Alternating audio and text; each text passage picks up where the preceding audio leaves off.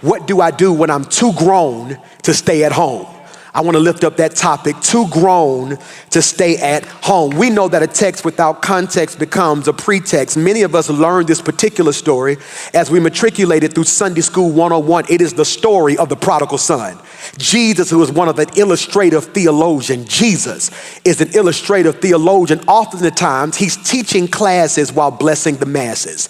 In this particular chapter, he tells three stories. That story of a lost sheep, a lost coin, and a lost son. To give you some context so you can respect the content, when we tiptoe into the corridors of this perfect Lucan passage, we find ourselves situated and acculturated in verse 1. And verse 1 is a principle that I believe is apropos to what we're experiencing right now in the body of Christ. Because in verse 1 it says, tax collectors and other, watch this, notorious sinners often came to listen to Jesus to teach. That's crazy. Tax collectors and other notorious sinners often came to listen to Jesus to teach. These weren't ordinary church people. The text says crooks and crazy people came to get a word. That can preach. Crooks and crazy people came to get a word. What got me tripping about this particular text as we juxtapose the physical church vis-a-vis the virtual church is how so many people are starting to get a word.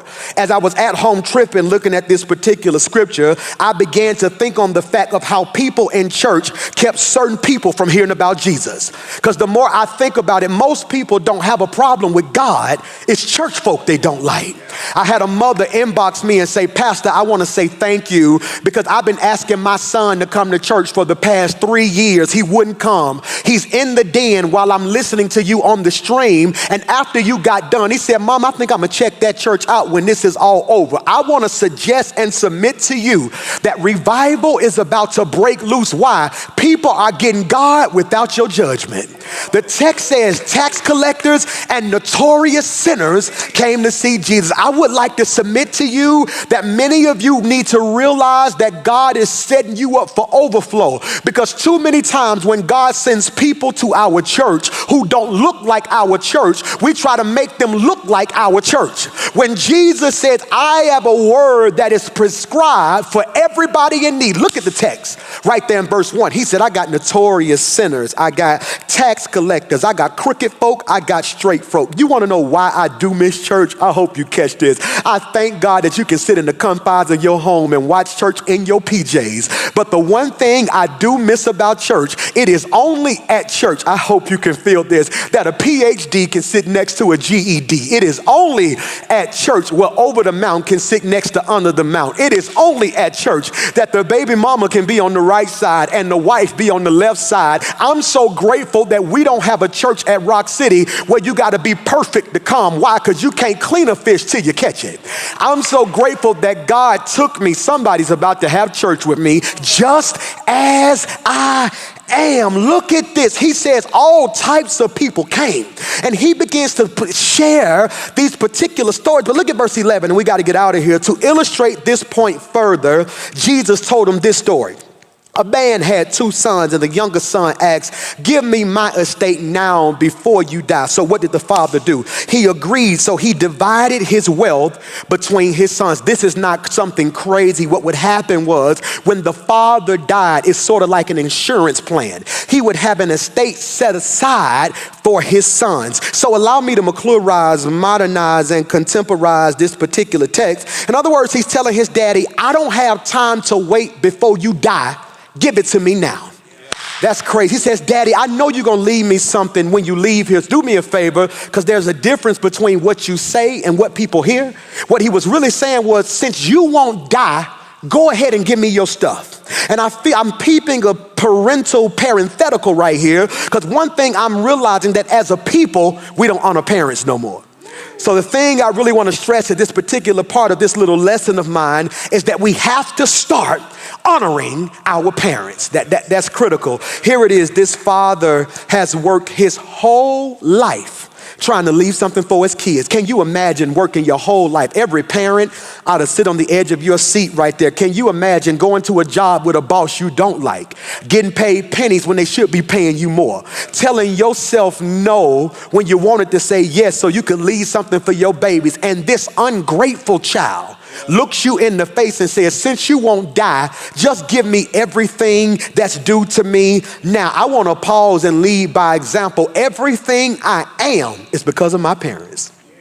Yeah, everything I am. Pastor Mike explained that as a pastor, I'm preaching to thousands of people right now. I'm leading my church the best way I can. Pastor Mike, I love your messages. You can't love me without loving Pastor Mike Sr. Because everything I am as a man, everything I am as a preacher, everything I am as a pastor is because of that man. There were too many times in my life where I tried to take credit for stuff that I didn't even deposit in me. There are too many times in my life where I gave other people credit when I should have been shouted. All that I am, number one, is because of God, but I thank God for my daddy. He taught me how to preach. He would sit down with me and teach me the word of God. He would lay hands on me at night when they was trying to put me out of school. He would say, no, leave him in school. Trust me, at some point it's gonna click in his life. Oh, I need somebody with a good daddy to just say, I received that. Everything I am as a pastor is because of my father. Then everything I am as a singer is because of my mama. My mama was a soloist in the city. She would go across the city singing different songs and leading different songs. She would make me sing even to the point of whooping me. Yeah, my mama was that type of mama, would put me in the youth choir and then paint you in your back. Now, some of y'all don't know what I'm talking about. If you had a church mama, she would put a finger in your back and paint you and say, you better do it. You a real mama when you know how to fuss and cuss without moving your mouth. My mama would pinch me and say, you better sing that song before I punch you in the back of your neck. And I would sit there and she would, then what would I do? I got a mind to live for Jesus all of my day. And they'd thank ya. And I look back now, the number one song in the country for the 6th week, traveling the world singing songs. Look this week, and Chris Tucker was in his room singing big, and everybody's tweeting me and typing me saying, boy, I'm proud of you. All I could do is just take some money to my mama house and say thank you. Why? I was developed. Everything I am is because of my parents. And I want to take a moment for a second because I'm peeping a cognitive disconnect between the preacher and the computer, because I can feel many of you are tuning me out because your parents weren't there, because you had a father who didn't bother and a mother who did not cover, and you're experiencing some parental pain. I want to submit to you, for every person who didn't have a mama and a daddy, I want to suggest that you still made it out all right. That without any type of covering, without a father affirming you, you still know who you are. That's why it says, when my mother and my father forsake me, he will take me up. But I want to give you some pastoral advice. Even if father didn't bother and mother didn't cover, don't put your mouth on them.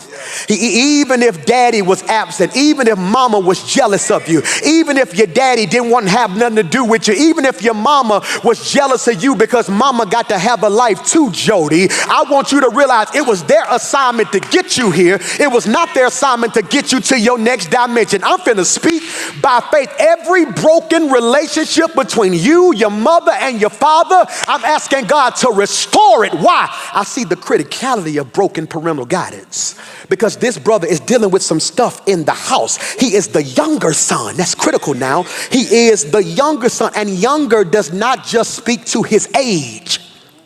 Younger, please put this in your notes, speaks to his maturity. Yeah, younger does not just speak to his age. He's not saying in the text, thank you, that perfect Palestinian Jew named Jesus. Thank you for not telling me how old this brother was, because had he said a 20-something-year-old, we would have put everybody in the box. Had he said a 30-something or a teenager, it would have put him in the box. He said, I'm going to just call him younger. Why? Because you can be old and foolish. You can have gray on top, but no wisdom on the inside. The younger son delineates and lets us know, it denotes he's speaking of his maturity level. And what happens when you're in the house, but you're immature? It's right here, the first thing that literally leaps out of the text. He becomes restless. Put that in your notes. He becomes restless. This young man is restless. He's tired of having to stay in the house. You'd be surprised how many grown folks, how many grown saved folks right now watching me are wrestling with restlessness. Wrestling with restlessness. And I want to pause and parenthetically digress, because I want to submit to you that if you don't master this downtime, if you don't master this season of development, you're finna get restless. And I want to submit to you, the problem I have with you right now is when you get restless, watch this, one or two things is going to start screaming. Even your spirit or your flesh. And I want to submit that many of you watch this, social distancing should lead to spiritual intimacy. I've been saying that. And because you won't come closer to God, flesh is getting bored. I'm tired of sitting in this house. I got to find something to do. So you want to be entertained instead of empowered. I got to do something. You're going to be scrolling on social media, going into different people's lives. And because you're restless, you may end up in some you shouldn't be in, scrolling, trying to think about people you should have never went back to, in conversations you should have never been in because you're restless. Now you're pondering and ruminating on all the mistakes of your past, thinking about, I wonder where so-and-so at. Now you on his page. I ain't going to say nothing. I'm going to just look at the page. Now you're liking a comment. I ain't going to speak. I'm going to just like this comment. Now I'm saying you crazy. Now I'm in the inbox. Now I done got back into a quarantine bad relationship. Why, PMJ? Because I was restless, and the proof of his restlessness is situated and acculturated in verse 13.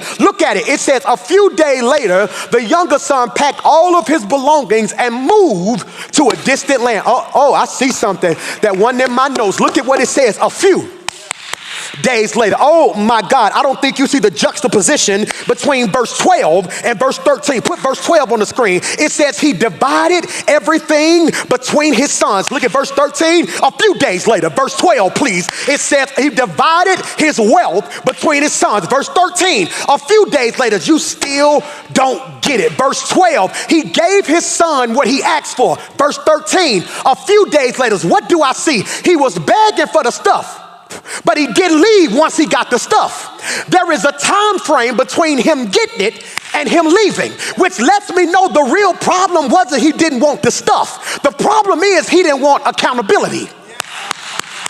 The problem was he wanted his money. The real problem was he wanted independence. Michael, hear me, Pastor Mike. The boy said, give me my stuff. What if the father thought if I gave him his stuff, I would still keep my son?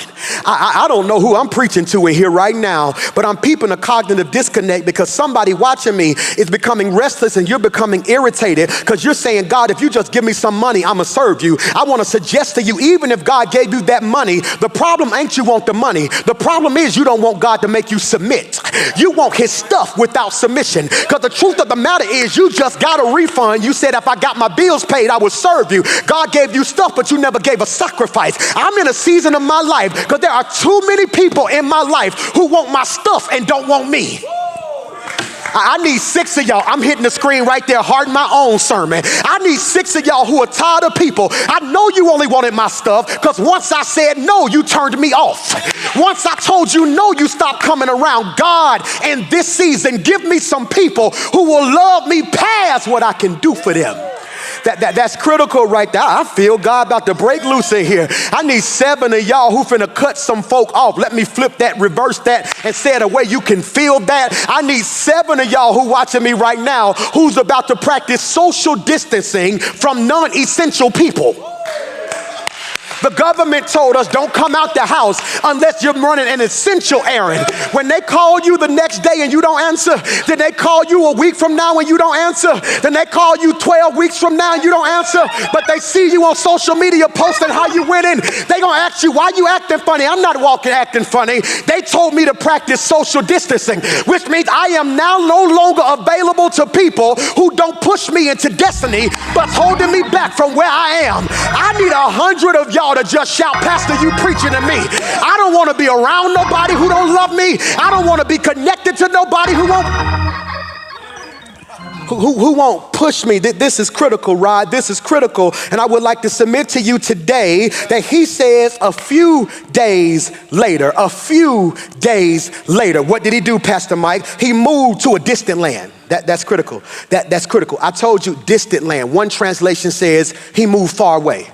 Distant land, one translation says he moved far away. That's so critical, Pastor Mike. Why? That's so critical because, Pastor Mike, how far did he move? That's irrelevant. I would like to submit to you, any place God ain't in is too far. Michael, any place God ain't in is too far. Because I want to submit to you, many of you are going to say he left the church. I know some folk who lost in church because they sitting in the building, but they connected to a clique that ain't connected to God. So although they in the house, they disconnected. Michael, I don't know who I'm preaching to. How do I know I'm still connected to God? Because in my living room, it still feels like church. In my car, it still feels like church. Why? Social distancing should lead to spiritual intimacy. And sometimes God causes things to happen to pull me away from certain stuff and certain people so I can get closer to him. He allowed himself to be pulled out the house. And I want to submit and suggest to some of you, you are about to practice spiritual distancing and social intimacy. I want to submit that if you don't mature over the next couple weeks, you are about to practice social distancing and spiritual intimacy. I messed that up. I'm going to back that thing up. Dre, rewind it. I want to submit to many of you that if you don't get more connected to God, I want to suggest to you, you're going to practice spiritual distancing and social intimacy. That's critical, and I need you to catch that. What does that mean, PMJ? You're finna be distanced from God, but you're going to be intimately connected to your online community. Yeah, you're going to be in more lives than in God's face so you can live your life. You missed what I just said. You're going to be so busy trying to figure out what's hot and what's trending and what's going on that you're going to find yourself disconnected from God, but too connected to the wrong people. That's critical because he's disconnected in the house. Look at verse 13. He was there, and there he went to a distant country, and there he wasted all his money in wild living. That's critical. There, he wasted all his money in wild living. Not only do I see he became restless, but his restlessness led to him becoming reckless. Yeah, his restlessness led to him becoming reckless. The text says he had a season of wild living. What does that mean, PMJ? Please put this in your notes. A season of wild living translates to mean a season where I lowered my standards. Wow. It was a season where I lowered my standards. And I would like to submit to you, Pastor Mike, I'm so foolish. I want to help you. He said he traded all of his stuff for some money. That's critical. So what did he do? In essence, if I can bring this text from antiquity to modernity, he took his inheritance, which would have been cattle, probably a deed to some land and some other stuff, and traded it in or pawned it for coin. He pawned it for coin. What does that mean, Pastor Mike? He pawned what he had. Now, what's my problem with pawn shops? And I pray you can receive this. My problem with the pawn shop is I don't get what I'm worth. I get what I can get. The problem I have with the pawn shop is I don't get what it's worth. I get what I can. And many of you are frustrated, and I want to bless you today. Oh my God, you so worried about why he won't love you right. He got you on sale. Because you met him in a wild place. He caught you at a wild price. And because he caught you at a wild price, he only values you on your discounted rate, not your official rate. If I go get a wedding ring from Kay's, it's going to cost me a couple $1,000s. If I get it from Mike's pawn shop, it's going to cost me a couple $100s. I'm not going to value it the same because I didn't pay full price for it. I'm finna have church, Michael, by myself. If you want to be connected to me in this season, you better be ready to pay full price. Do me a favor, everybody in the comments, you ought to just type full price right there. I am done putting myself on discount for people who do not appreciate my favor. If you knew how much I was worth, you would be treating me a whole lot better because I know my value. The text says he's reckless. That's critical. He's reckless. He's reckless. He's reckless. Look at me. He's reckless. Can I ask you a question? Because here's the part of the message where I'm supposed to beat this brother up. This is the part of the message where I'm supposed to talk about, I can't believe he left the house and acted like this. I want to free you real quickly. Because live long enough. Okay. Oh Lord. Okay. Oh Lord. Okay. Reboot. Reset. Okay. Oh my God. Here. Look at me. We finna separate the whole lie. We finna separate the real from the fake, okay? Because there's a couple of y'all on here who fake. It's a couple of y'all on here who real, okay? When I make this next statement, I just need you to type in the comments, you talking to me, okay? Because I'm saved, but I done had a reckless season. I'm saved. I can worship with the best of them, but I was wild at one point. Trust and believe. I went through oh my God, look at them comments. I've been through a crazy season. That's why when people see me now, they be tripping like, okay, is this real? Because if you knew who I used to be.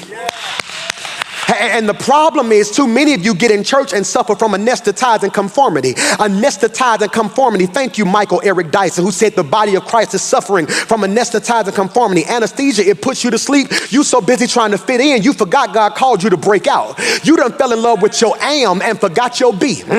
You fell in love with your am and forgot your be. Pastor Mike, break that down. I am saved, but I used to be a hot mess. Yeah, I am paid, but I used to be all the way broke. Yeah, I am somebody's wife, but I used to drop it like it was hot. I done broke the internet right there. Might I suggest that I'm not shouting because I'm grateful for who I am. I'm shouting because I had a flashback of who I used to be, and I still can't believe God brought me. Wow. He's wow. Now I need you to catch this now. It says he's reckless and he's connected. Watch this, because the text says not only did he go to a foreign place, he connected to some people. And I want to submit to you, sometimes your reckless season is tied to the wild people you connect to. You're wild when you take me backwards instead of taking me forward. That's critical right there. That's why this time of breaking down is so serious, and you can't lose your focus right now. This is why I'm not returning a lot of calls, because I ain't got time to listen to your panic about petty stuff. I ain't got time to listen to people who gonna push my anxiety over the level. I need somebody who's building my faith. I need to be connected to some people who gonna tell me, no, stop responding right now because you know how you are. You better stop, get your mind back where it is right now. See, y'all want to play church on this beautiful Sunday morning. I came to submit to many of you that if you don't handle your recklessness, you're about to enter a season of reckoning. Oh, a season of reckoning, because that's what I see happen in verse 14. Look at this particular text. Look at it. About the time his money ran out, a great famine swept over the land, and he began to starve. Look at the NASB version. Now, when he had spent everything, help me God, a severe famine occurred in, underline that in your notes for your pastor, please, that country. Wow. A severe famine broke loose in that country. Notice the text says a severe famine hit that country. It didn't hit him. I don't think you heard what I just said. It didn't say he was going through a famine. It said the place was going through a famine. Because a lot of times our prosperity is tied to our geography. Preach, Mike McClure. Sometimes our protection is tied to our geography. Make that make sense, Mike McClure. This is why he told him in the Old Testament, death is coming in the city, but where you are positioned matters. He said, if you're not in the right place, you're going to have to deal with something. But for everybody who's in the house, I'm going to let it pass over you. This brother is going through a famine because of where he is. Watch this. Daddy ain't hurting. Everybody at his daddy house good. There's consequences, hear me, when you leave the house. And the house is a double entendre. Am I helping anybody?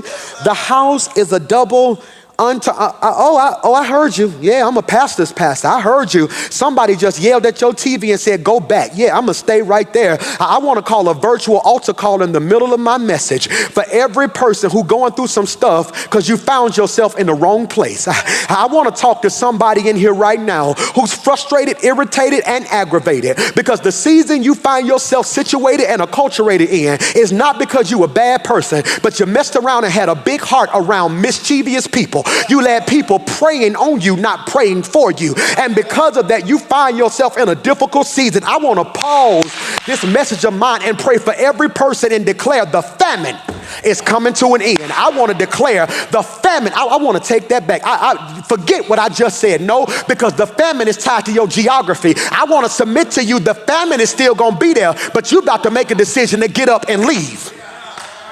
I don't know who I'm talking to in here. He says the house is a double entendre. It literally means the house literally and the house spiritually. That's critical. The house. When I say stay in the house, that's a double entendre. I'm saying stay in the house for your health. Watch this. Stay in his house for your wholeness. For your spiritual development. Look at what he says now. He says, I need you to understand that the blessing on my life, watch this, is tied to my ability to stay in the right position. I'm sorry, but you got to let some people know in your life, I can't come out. Yeah, that's a statement I'm making right now. I can't come out. It's too much going on that I can't not pray in this season. I can't come out. If I'm on the phone with people and I sense the conversation going left, I say, God bless you, let me hit you right back. I do the same thing that many of y'all say, hey, this is my other line, let me hang up. I just hang up. I say, no, I ain't trying to go down that road. They're going to bring me out. They're going to bring me out. I don't think you heard what I just said. They're going to bring me out. I was upstairs in my office praying this morning, and I caught a rhythm. I'm praying to God. I got my music flowing. I'm praying to God. I done felt God move. I text my staff and said, start the Zoom call without me because I'm finna go into God's presence today. I felt it like never before. Then my baby girl came and turned the light on. I can't explain it. When she hit the light, it snapped me out of it. I said, baby girl, go in there with your mama. And when I went back to pray, it was gone. And the Holy Spirit said, Mike, it's a whole lot of people going to be listening to your message today. And you need to make it very clear that the devil masters in weapons of mass distractions. He knows how to bring you out. He knows how to allow the right person to roll into your life and bring you out. Pastor Mike, you've been preaching 30 minutes and ain't mentioned COVID-19 not one time because the Holy Spirit spoke to me and said, don't stop preaching about Corona and preach about the cross. Start preaching about how I'm still going to be there with them. You got enough people telling you what's going on outside the house. I came to tell you what happens when you're in the house. And I came to submit to 10 folk and tell you I cannot come out. I've never been this focused in my life. I've never been this dedicated in my life. I've never given like I'm giving right now. I've never prayed like I prayed right now. I've never been excited like I am right now. Yes, I got some concerns about what's going on around me, but thank you, Pastor Hollins. Stuff can be going on around you, but when you're in the house, it won't be going on in the inside of you. That's why the 3 Hebrew boys can be put in fire, but the fire didn't consume them because what's in them burned brighter than what was around them. I came to suggest to somebody, I can't come out. That's critical. I need you to catch this because Eugene Peterson says he signed on with a citizen there who assigned him to the fields of the slop of the pigs. He was so hungry, he would have eaten the corn on the cob and the pig slop, but no one would give him anything. I pray you see that, church. I really pray you see that, church. I pray you see that. Why, Pastor Mike? Because notice at the beginning of this scripture, he spent his money on people. But when he was down, wouldn't nobody give him nothing. That may have just touched your heart. No, when he had it, everybody had it. But when he lost it, he couldn't find nobody to call. Ain't it crazy how the people who didn't mind taking don't ever mind giving? I'm preaching to somebody in here. And look at what he says. He says, you know what? I got to find a job. He goes and starts trying to work for a man. And he begs this man to hire me. And the text says he was so hungry. I want to show you how crazy this is because how you working and broke? I never saw that in the text before because the text says he signed on with a citizen there who assigned him to the fields to the slop of the pigs. He was so hungry, he would have eaten the pig food. No, if I'm working, I should be paid. I want you to catch this. He went from being a son to a servant. He went from being a son to a slave. When you come out the house, you lose rank. You lose position. I don't know who you're talking about. Pastor Mike, can I paint this picture? This brother went from eating steak and lobster. He went from sitting at a king's table. He went from having servants and maids. He went to having all the money he need. He went from eating whatever he want to now he thinking about eating the leftovers of the leftovers. They didn't give pigs new food. Whatever they didn't finish, they just threw in the trash and let the pigs eat it. Pastor Mike, I don't care what you say. I will never be that bad, but I want to give you an equation that 7 of y'all gonna catch. Sometimes desperation plus no resources or support equals savage. Desperation plus no resources or support sometimes equal savage. Make that make sense, PMJ. Have you ever been in a season of your life where wouldn't nobody help you and wouldn't nobody support you and you found yourself doing stuff you swore you would never do?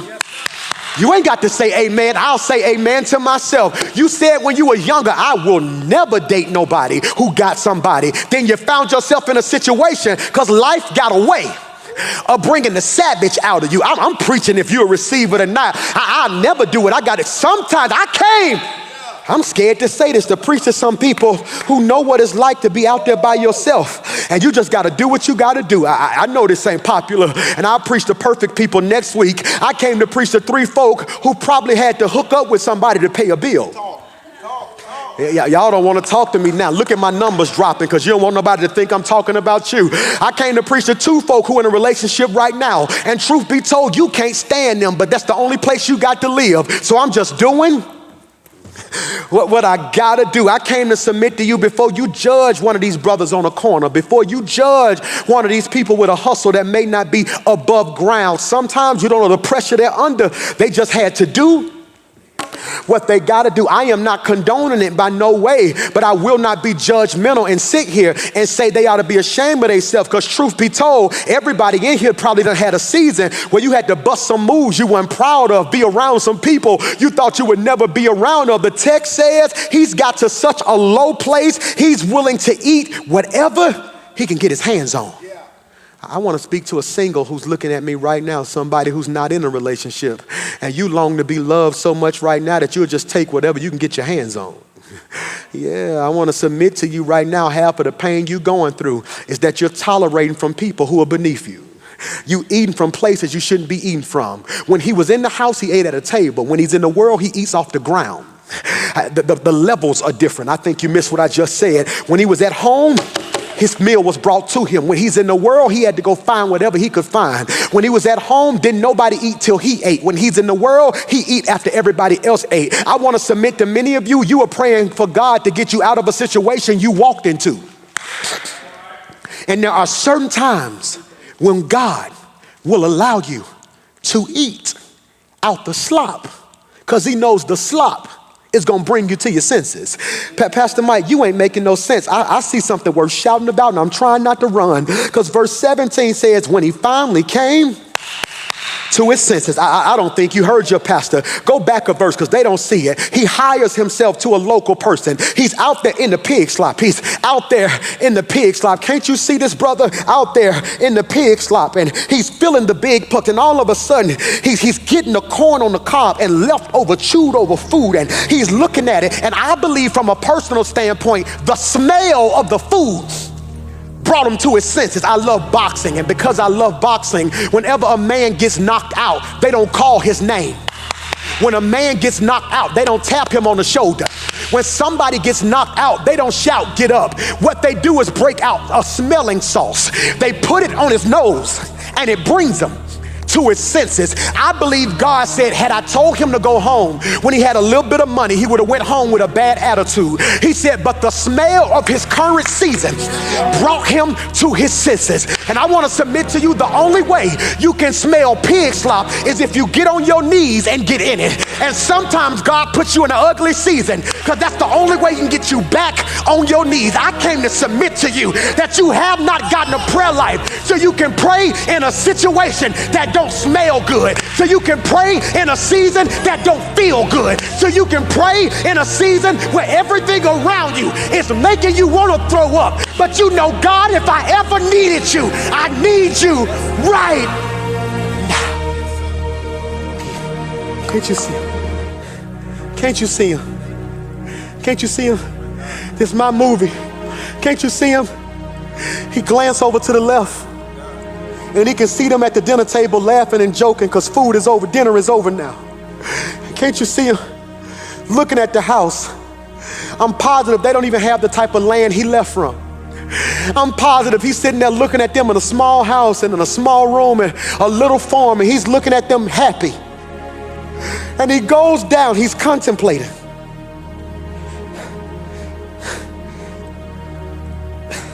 I can't eat this. But his stomach started talking.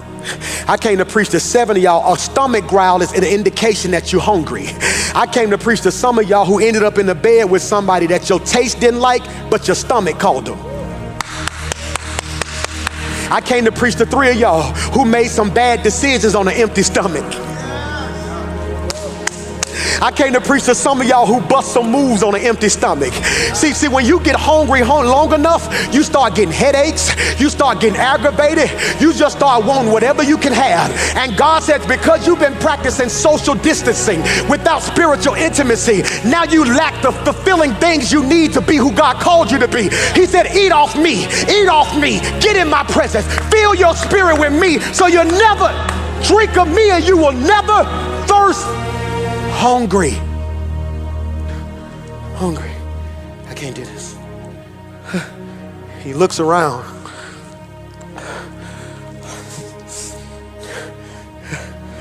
And to me, he reaches in.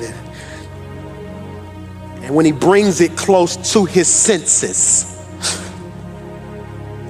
watch this, watch this, watch this, watch this, watch this.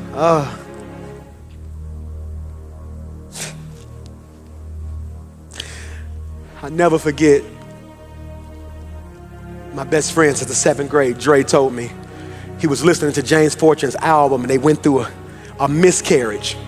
And every morning, because his wife was down, he would listen to one of the songs on James' album and dance for it to make her smile. And he told him, he said, every morning, that's my favorite song because that was the only time she would smile. And it hit me, music tracked or triggered a memory. Music triggered a memory. I believe the smell triggered a memory. He smelt it and it took him back to his house. And it says when he came to his senses, he said to himself, listen to your pastor. Listen to your pastor. I'm so grateful right now. Since I can't be around people, it's time for me to have some conversations with myself. Since I can't talk to a lot of people, it's time for me to have some conversations with myself. Let me free you. 100 of y'all should have been hardened at right there. It's time for me to tell myself, stop playing so much. Stop procrastinating and be who God called you. It's time for me to tell myself, stop settling for mediocrity and go get what I called you to be. It's time for me to tell myself, stop playing with fire for you get burned. It's time for me to tell myself, get your mind right. There is more favor in you. There's a word in you. There's a business in you. There's a book in you. There's an album in you. There's another level in you, but you're so busy being impressed by other people who are beneath you, when if you would ever wake up and realize who you are, you would realize I am what God says I am, but I had to have a conversation with myself. Do me a favor. If you're done having pride, if you're done walking in arrogance, type your name.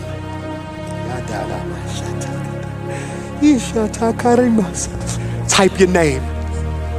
If it's anybody you love, I want you to type their name. Because I want to speak I want to speak by faith. Every name that's put into this comment section, God's about to give you the strength to go home. He's about to give you the strength to go back to where he called you. He's about to give you the strength to walk into your destiny. He's about to give you the strength to walk into favor. He's about to give you the strength to walk into peace. I need warfare in this room. I need you to wake up. I need you to walk into the things that God is calling you to be. Lift up your head, O ye gates, and be ye lifted up, ye everlasting doors. God said your season of being down is coming to an end.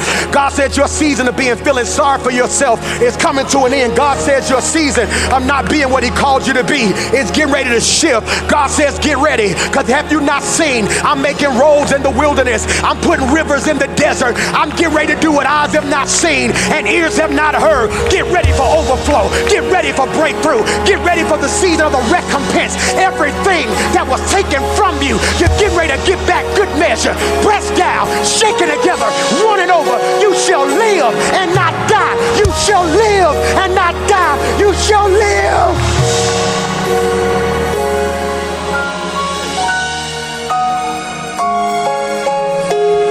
He says, when he finally came to his senses, he said to himself, I'm gonna go home. He says, I'm gonna go home. He says, no, I hope 3 of y'all catch this. Where I am is beneath me.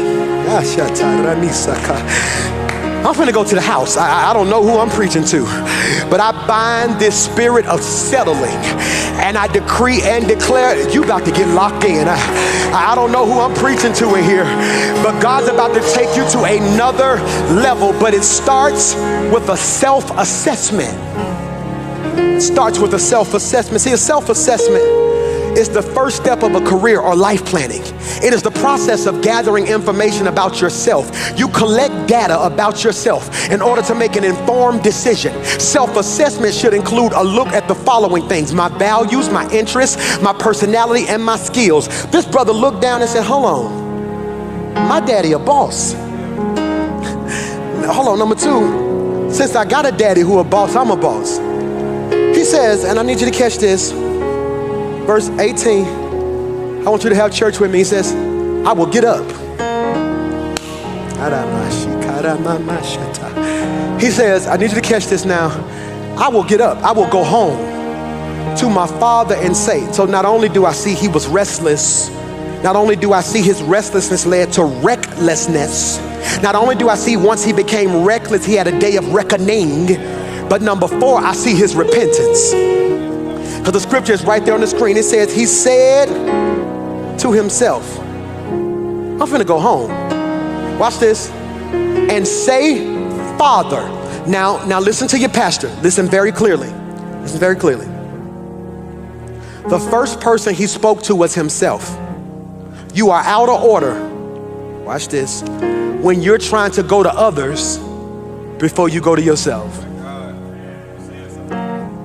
I'm finna free you. Too many times in my life, I tried to ask for forgiveness from people, went home in bondage because I still hadn't forgiven myself.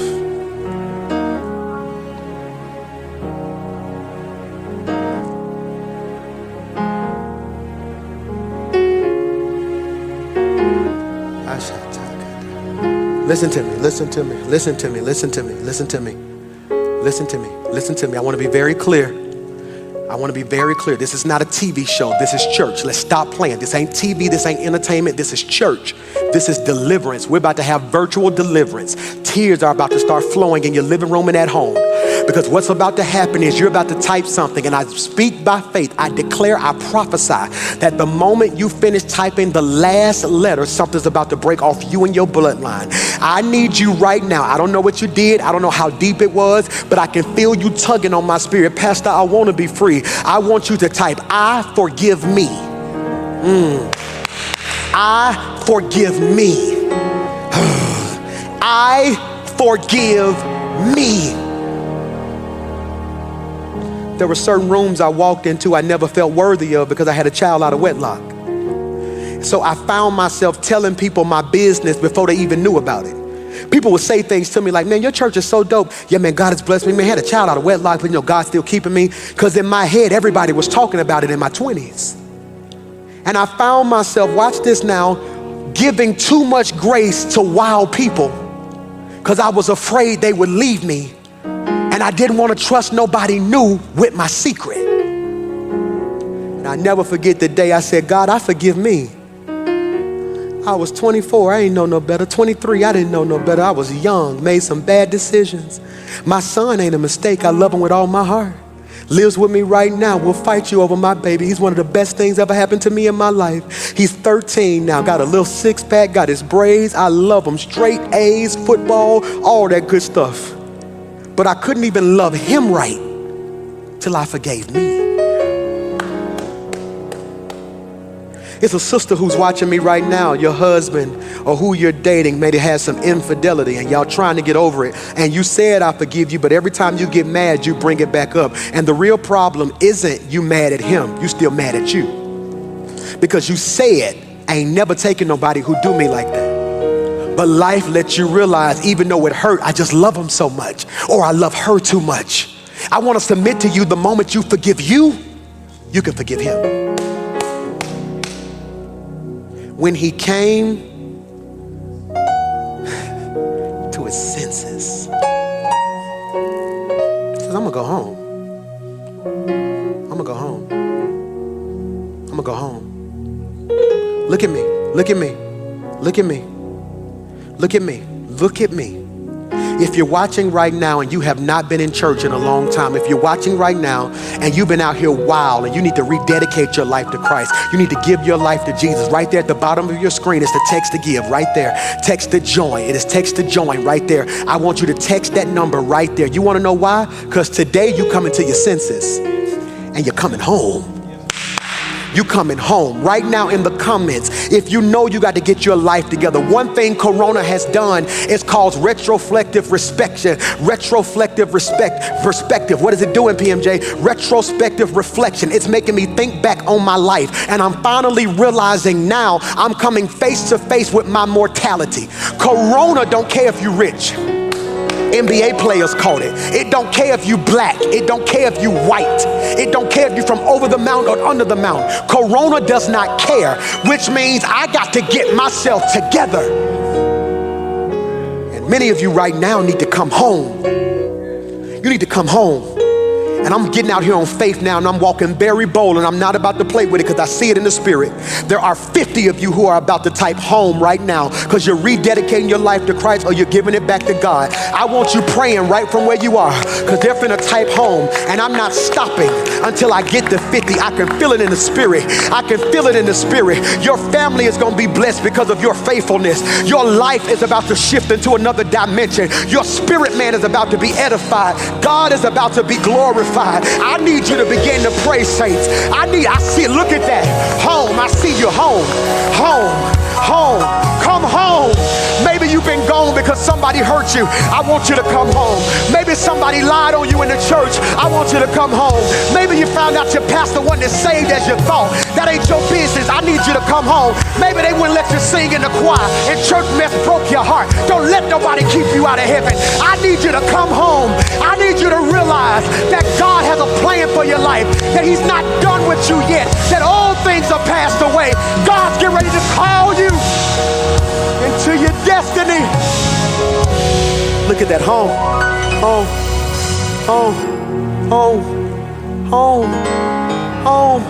Look at this church. Home. I need you texting somebody. I ain't never seen this many people give their life to Christ online. You don't need a building. All you got to do is fall to your knees right where you are.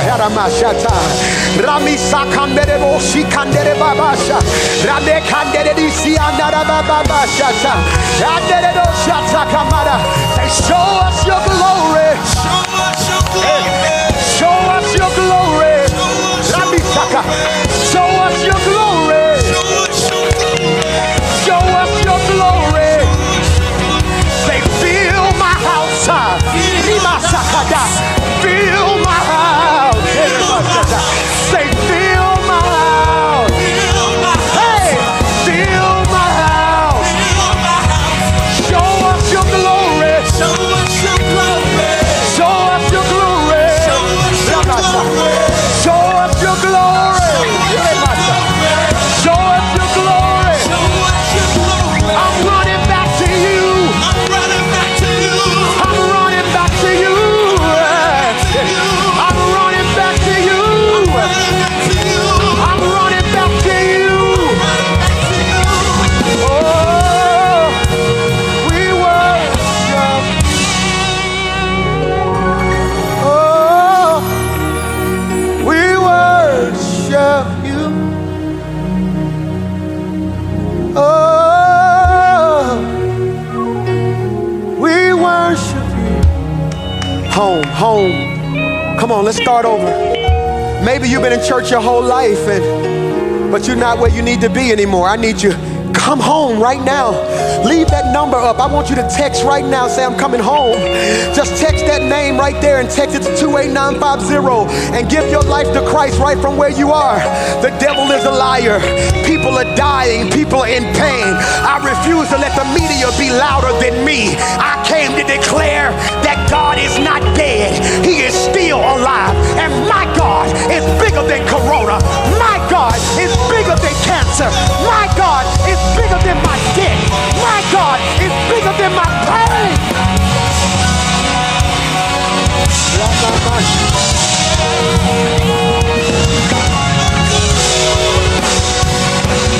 Fill my house. Fill my house. Say that. Fill my house. Fill my house. Fill my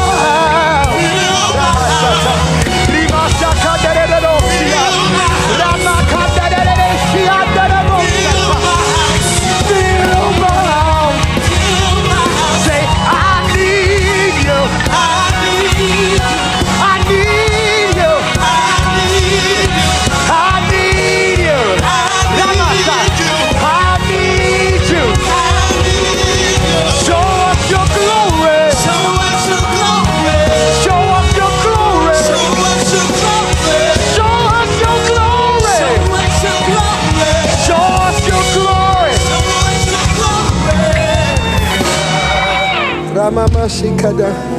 Rumisi Kambreba Misha Kambredishika. Ramahamdere Fisha Kambreba Shita. Rimisha Marebo Shika Dare Nana Mishekede. Ramisha Kandere Bisha Kandere. Isha Karamama Shikanderebo Shata. Rama Rebisha Kandere Bisha Taka. Remisan Kamroboshi. Home, I need you coming home. Come on, this is the best chance. Start over right now. If God called you home at this very second, are you sure you would be in heaven? Are you sure your name would be in the book? I need you coming home. Type home. I need you coming home. I need you home. I need you home. I need you home. I need you home. Get back in the house. Get back in your word. Get back in your giving. Get back in your consecration.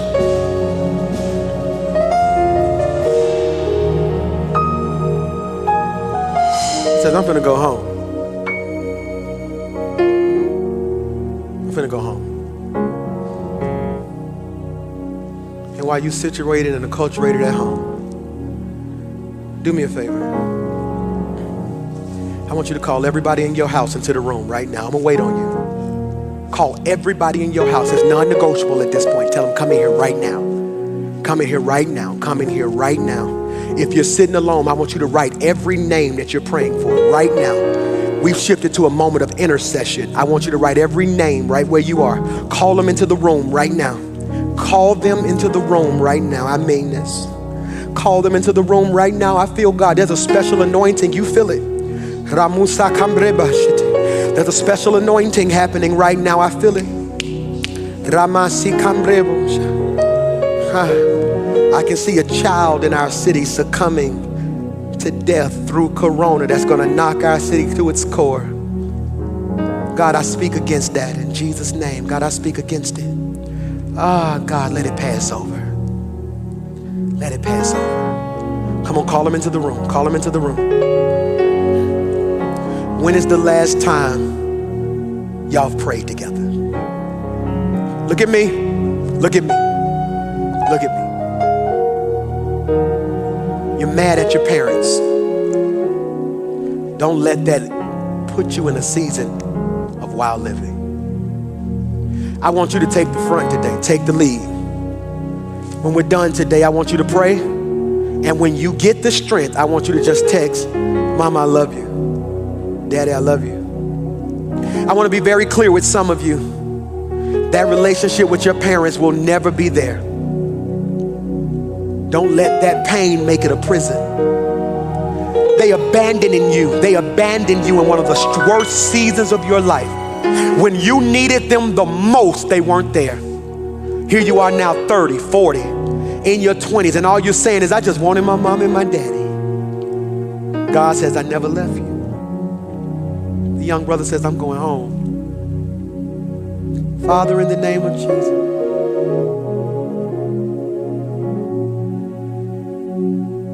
give me the strength to come home.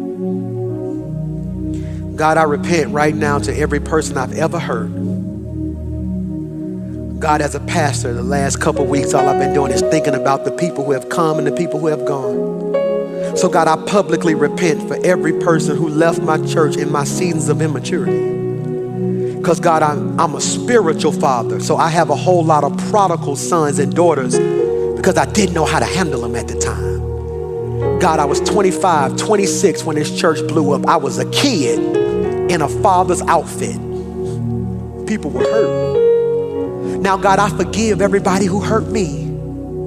But more importantly, God, I forgive me. Make me whole. Make me strong. God, I forgive me.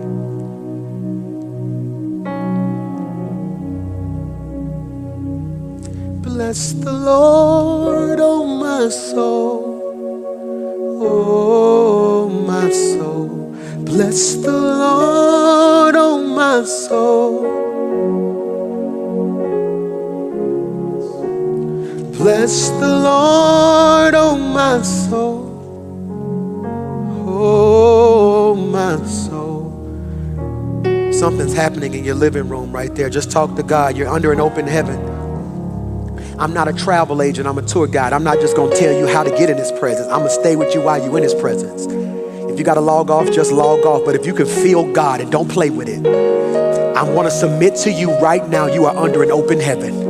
That whatever you pray in this moment, God is going to bless. I feel that in the spirit. I want you to begin to talk to God right there, because it is well. It is well with my soul. I can feel him. I can feel him. If I've never felt him, I feel him. I feel him. It is well with my soul. It is well with my soul. It is well with my soul. Hallelujah.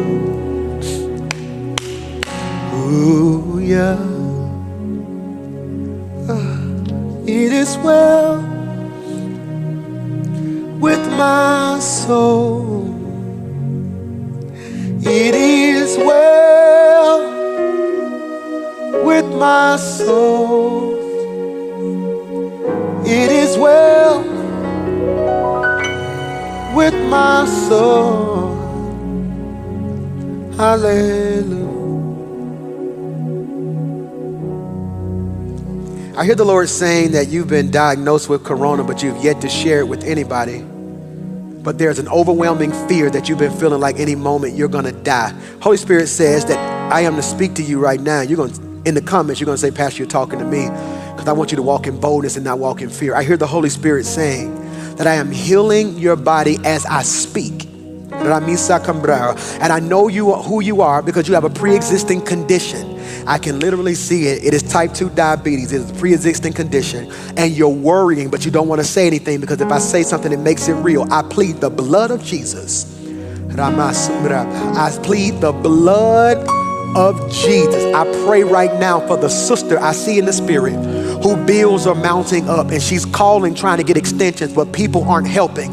And the people she would normally call have already told her don't call again. So she feels alone. I declare by faith that when she says me, God's about to send resources, favor, influence, and connection. I speak by faith today is a day of miracles, signs, wonders, because we're coming home. Father, in the name of Jesus, it is well with our soul. Guard us, keep us, protect us. Today we choose to come home.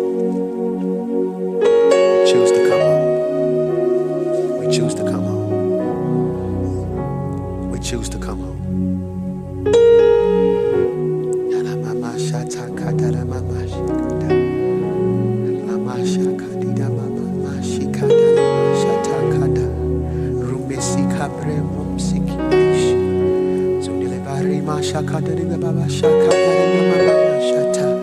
Rami samre bo shekere beba shakadari mama shikadaruma rima sakamre ma shikadere ba shitete rami shakadiri ba shakamre rumusika mama shakadara mama shikadarada rimi shikadere shikada. Yes God, yes God. I lift up this city, God. I lift it up. I lift up this state, God. I lift up this state. God, you said if my people who are called by your name would humble themselves and pray, seek my face, turn from your wicked ways, God, you would hear from heaven and heal the land. So God, I stretch out before you. God, I call your presence down right now. God, I ask that you heal every person who's sick. I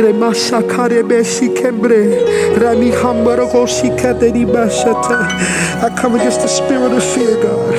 I come against the spirit of fear, God. God, for you have not given us the spirit of fear, but of love, power, and a sound mind. So God, we lay prostrate as a sign of surrender. God, if we ever needed you, we need you now. God, we take dominion and authority over this atmosphere. I take dominion over this region, God. I declare the intercessors are getting in place. I declare that, God, the earth will not moan and groan any longer, for the sons and daughters are in position, God. Now we call down heaven. Now we call down your healing power. Now we call down your healing power. Now, God, we decree and declare you are still Jehovah Rapha. The God that heals, we declare, God, you are still Jehovah Rapha. The God that heals, you are still Jehovah Rapha. The God that heals, you can heal my diabetes. You can heal cancer. You can heal AIDS. You can heal depression. You can heal corona. Because at that name, every knee has to bow. Yes, God. Yes, God. I come against anxiety. I come against pressure. I come against depression. I come against lack. I come against it, God. We are coming out of hiding. Pharaoh, let our people go. Get back under our feet. God, I decree and declare you are getting ready to do what eyes have not seen.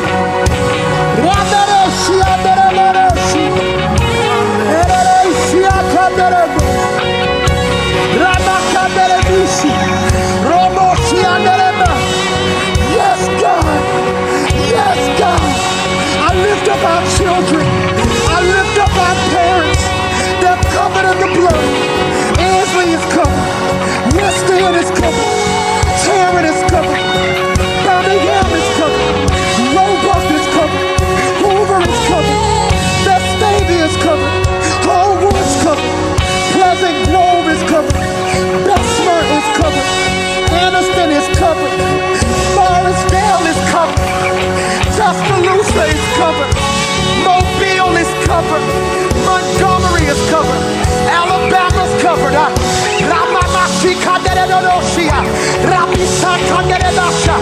feel a shifting happening. I feel a shifting happening. I feel a breaking happening. I feel a breaking happening. I feel a breaking happening. Come now, Holy Spirit. Come now, Holy Spirit. Come now, Holy Spirit. Come down, Holy Spirit. Rise within us. Rise within us. Rise within us, God. Rise within us, God. Have your way. Spirit of the living God. Spirit of the living God. Spirit of the living God. Spirit of the living God. Fall fresh, God. Fall fresh, God. Fall fresh, God. Fall fresh, God. Fall fresh, God. Invade their house. Fill the house. Fill the house. Fill the house. Fill the house. Right now, God. Go through every room, God. Go through every bedroom, God. Go through every room, God. I bind the devil and I cast him back to the pit of hell. No weapon. No weapon. No weapon. No weapon. No weapon. It won't work. It won't work. It won't work. It won't work. Hey, it won't work. Say it won't work. Depression, it won't work. Low self-esteem, it won't work. Whatever you're struggling with, I dare you to type it, because it won't work. It won't work. It won't work. It won't work. The devil is a liar. It won't work. The devil is a liar. It won't work.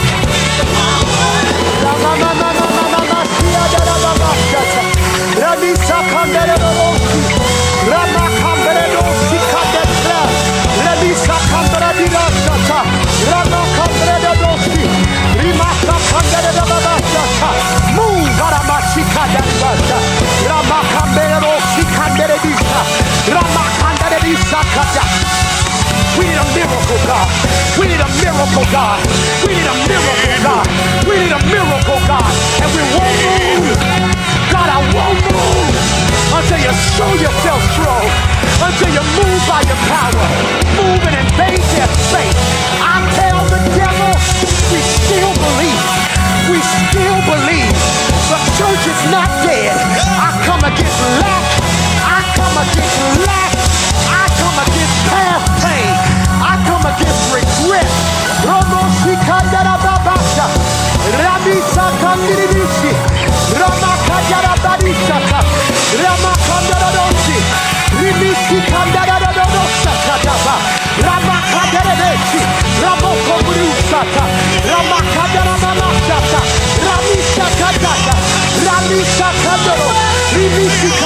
In the living room, you ought to declare that the devil is a liar. He's breaking generational curses. He's breaking generational curses. Alcoholism has no authority. No self-esteem has no authority. If you were touched as a child, I call you into wholeness. The devil is after your mind. He's after your spirit. He's after your heart. But it won't.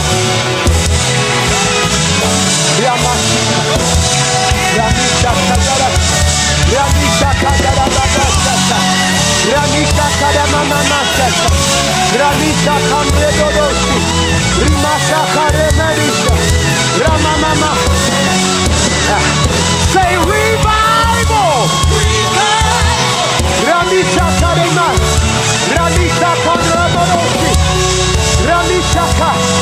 Put them in my ear. I feel God in here. Say revival. It's getting ready to break loose. It's getting ready to break loose. You will never be the same. Say revival. Revival. Say revival. Say revival.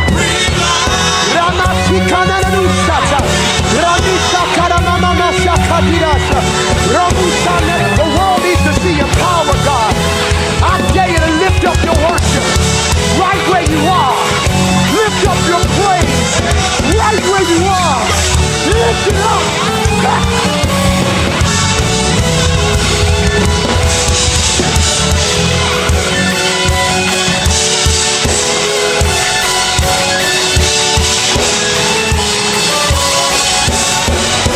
I dare you to type, I'm free.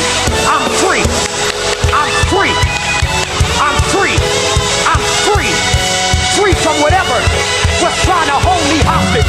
I'm free. I'm free. Devil, you should have killed me when you had the chance. You should have took me out when I was in the street. You should have took me out when I was in the world. But now that I come to my senses, I declare greater is in store. Greater is in store. It won't work. It won't work. It won't work. It won't work. Say, I'm leaving.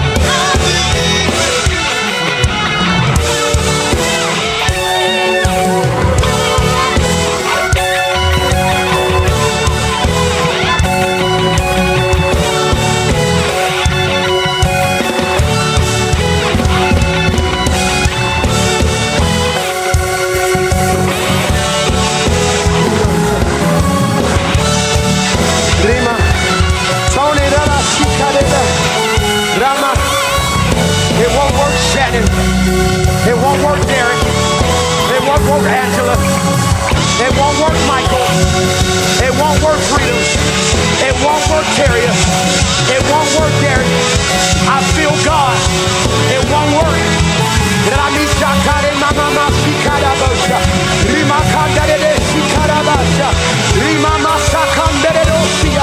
I know this ain't popular. Most people would say this would scare people away. But right now, I don't need cute church. I don't need Chelsea boot church. I don't need quiet 1, 2, 3 church. I need a manifestation of God. I need the power of God to fall fresh. I need the power of God to fall fresh. Yeah!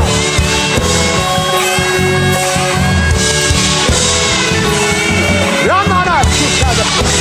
Ramisa Karadabasha. Ramisa Cambrero.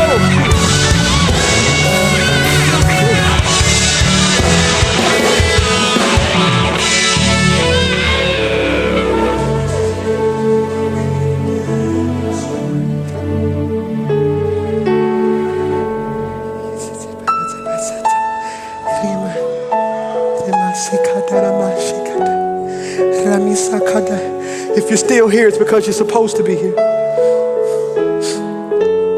Listen to your pastor. What never gets spoken about is the journey home. That's a long walk. That's a long walk by yourself. Rod, can you imagine that walk? That's a long walk to think about your mistakes. Will he take me back? He says, maybe my daddy will make me a hired servant. His mind was so gone.